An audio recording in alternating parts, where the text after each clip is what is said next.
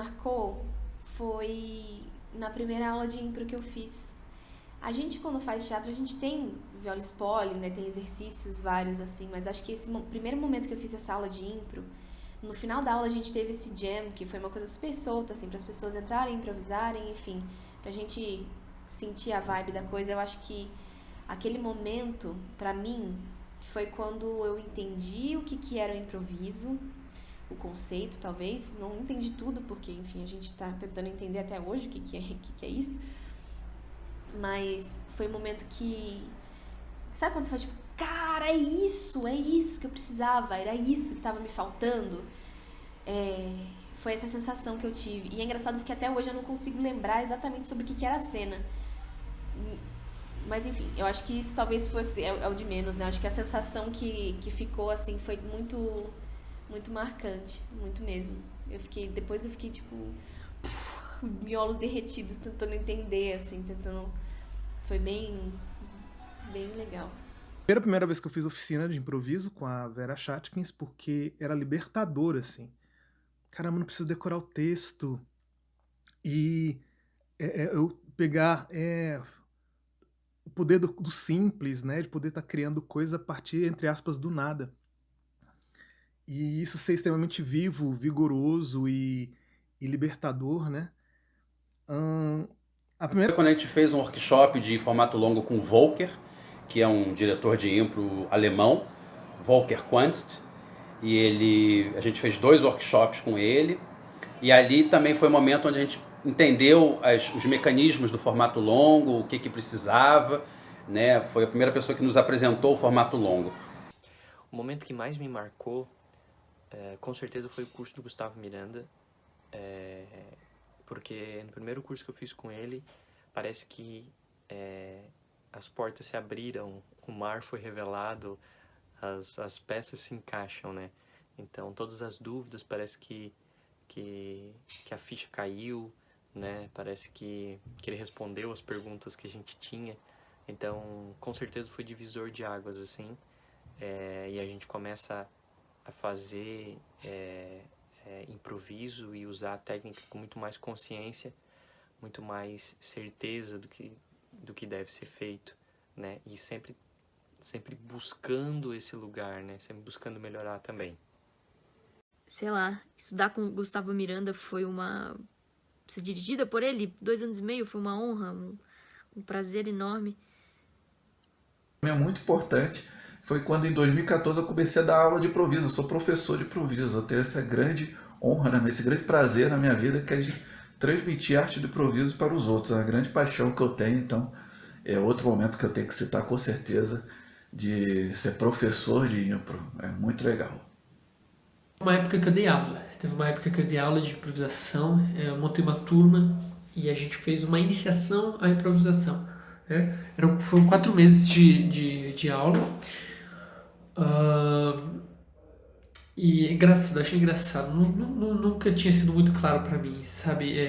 Que a impro entrega muito sobre a pessoa, sabe? Ela diz muito sobre aquela pessoa, sabe? Então, vendo os alunos fazendo e tal, e ver eles entendendo, tendo seus primeiros contatos com a linguagem, me fez cair tanta ficha sobre as técnicas, os métodos, os porquê sims e os porquê nãos fazer isso, sabe? Foi uma época que dá bastante saudade, assim. Quero voltar a dar aula sobre isso. Eu acho que o primeiro momento foi a estreia do Teatro do Nada, em janeiro de 2004. A primeira vez que um improvisador se apresenta com público, eu acho que é um momento muito definidor, assim, da improvisação, né? Você fica extremamente nervoso, extremamente inseguro, você acha que você não vai conseguir, você acha que a plateia não vai gostar, você acha que você, na hora, não vai ter nenhuma ideia, você vai congelar, não vai conseguir fazer aquilo. Como é que pode entrar em cena sem saber o que vai fazer, né? Com um público assistindo, um público pagante, né? Então, eu acho que o primeiro momento de todo improvisador é a primeira vez que se apresenta. O que mais me marcou na improvisação foi ano passado, quando eu e mais 2 amigas fomos apresentar jogos de improvisação no meu colégio. E nós tínhamos feito poucos treinos juntas, E foi uma sensação inexplicável, porque foram muitas pessoas, mais do que a gente imaginou que iria. E era, para mim, né, que estudava lá, era na frente de professores, era na frente dos diretores que estavam lá, era na frente dos meus amigos que ficavam, né, 6 horas por dia comigo ou até mais. Era na frente de ex-alunos, de pessoas que eu nunca vi na minha vida. Então, foi, assim, uma sensação inexplicável. E era impro, então, né? Mas a gente conseguiu e foi absurdamente incrível receber todos os feedbacks. Quando eu fiz a minha primeira apresentação de impro, que eu tava bem nervosa pra fazer, e tava juntando duas coisas que pra mim eram muito novas, que era a impro e máscaras, né? Então a gente teve que fazer improviso com máscaras, então são outras técnicas que a gente precisa usar pra fazer. E isso foi um momento muito divertido, porque todo mundo aprendeu junto, todo mundo... então quem entendia mais explicava quem entendia menos, então era uma coisa muito conjunta do grupo de estar fazendo isso. E foi legal porque acabou dando tudo certo no final, assim. E aí, quando deu certo, foi um alívio muito grande pra mim, porque eu tava muito nervosa pra fazer. Primeira vez que eu vi improviso foi o Quinta Categoria, que era com a Tata Werneck.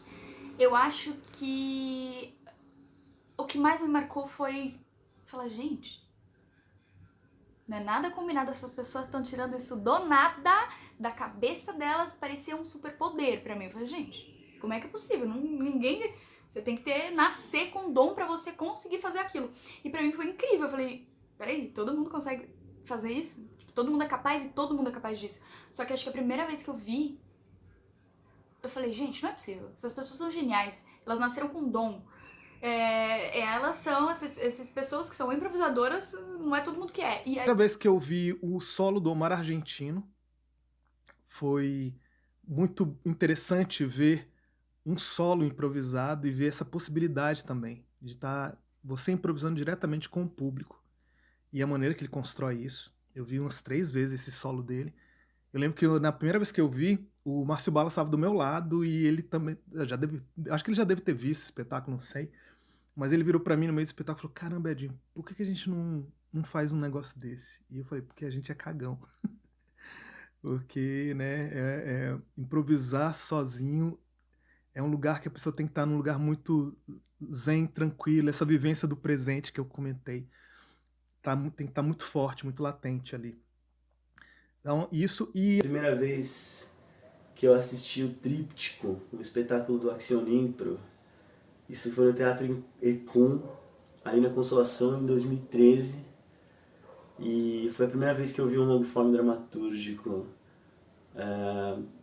E a primeira vez que eu comecei a entender que, apesar das sugestões da plateia serem comuns em espetáculo de improvisação, existiam várias maneiras de trazer sugestões e inspirações diferentes. E também comecei a ver o potencial do ator e da preparação do ator para dentro do teatro de improvisação. Isso foi em 2013 quando eu vi esse espetáculo maravilhoso, inclusive. Uma coisa marcante no improviso para mim, assistindo, né, como espectador, foi a primeira vez que eu vi o espetáculo Passageiro, do Gustavo Miranda e do César Gouveia. A primeira vez que eu vi aquilo foi quando eles fizeram uma pequena apresentação e eu fui assistir e foi incrível. Foi quase um soco na cara de improviso, sabe?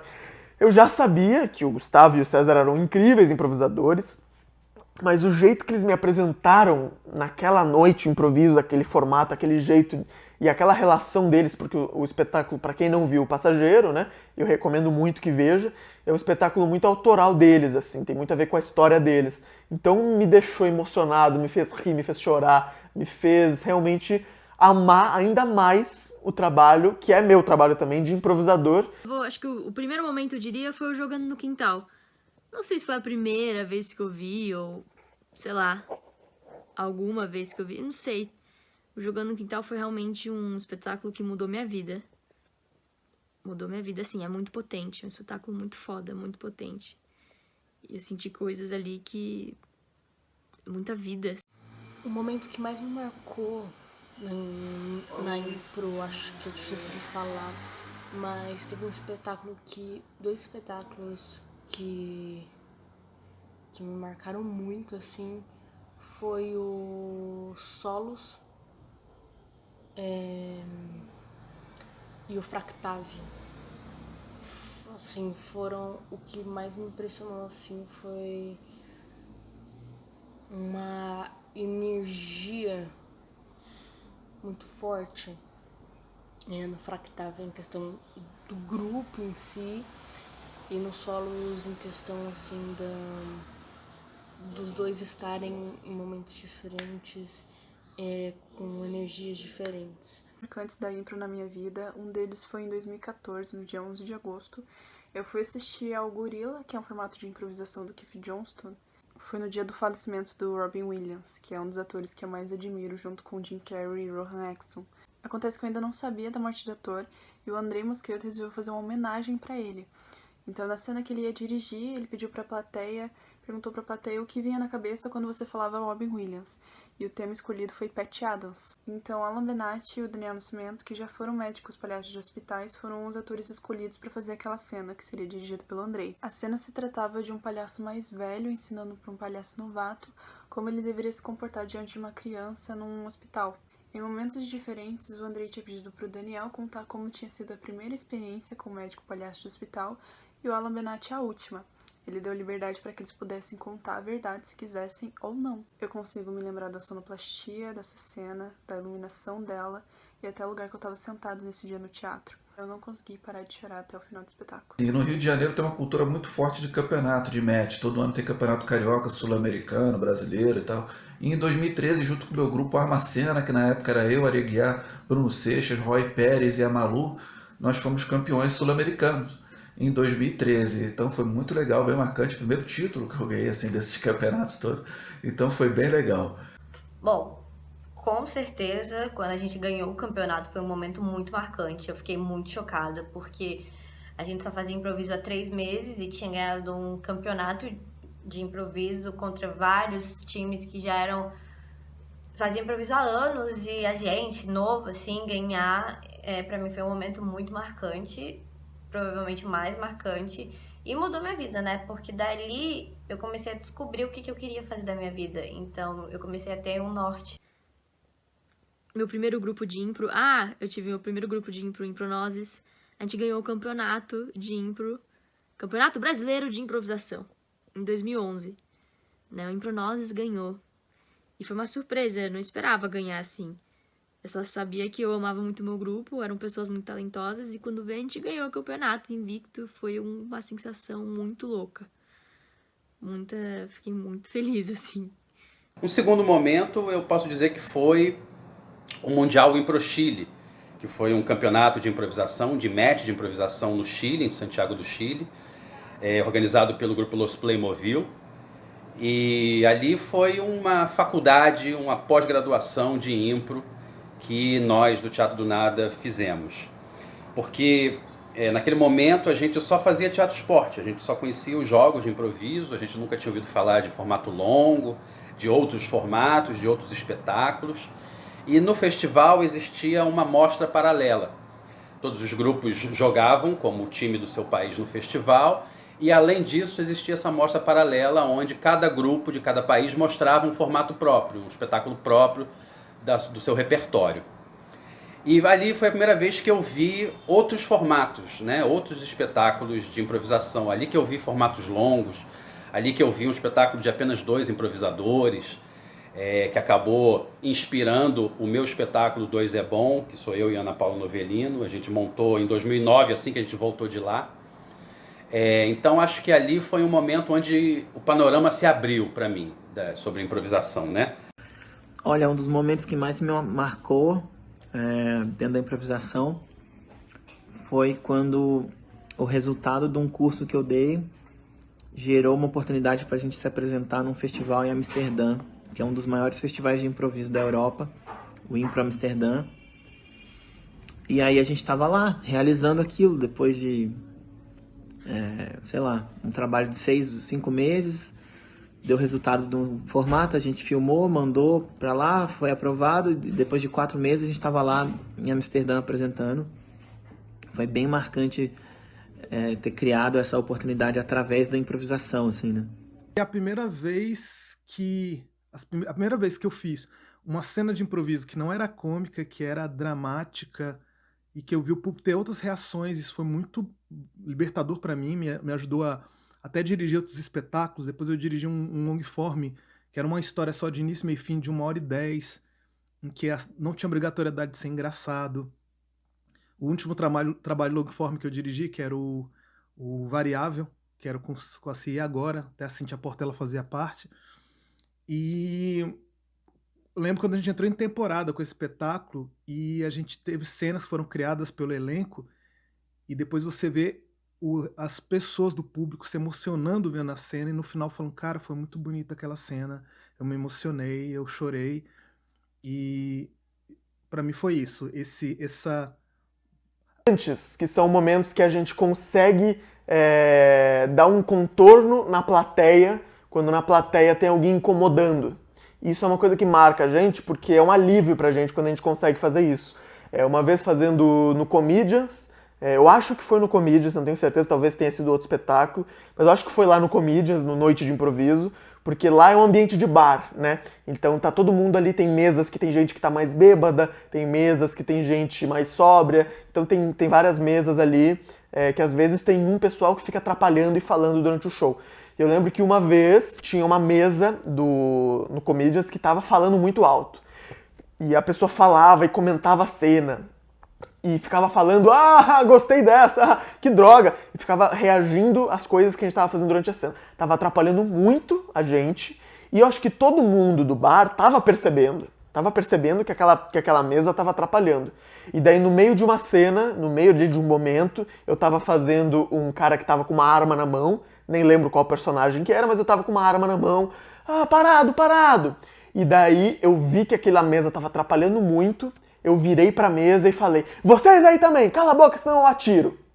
Quando eu fiz isso, a plateia inteira aplaudiu muito, vibrou muito, quase ficou de pé, do tipo, meu Deus, graças a Deus alguém mandou essa mesa chata calar a boca, entendeu? Então rolou um alívio coletivo, me marcou muito, por quê? E outro momento marcante pra mim é recente, aqui em Floripa mesmo.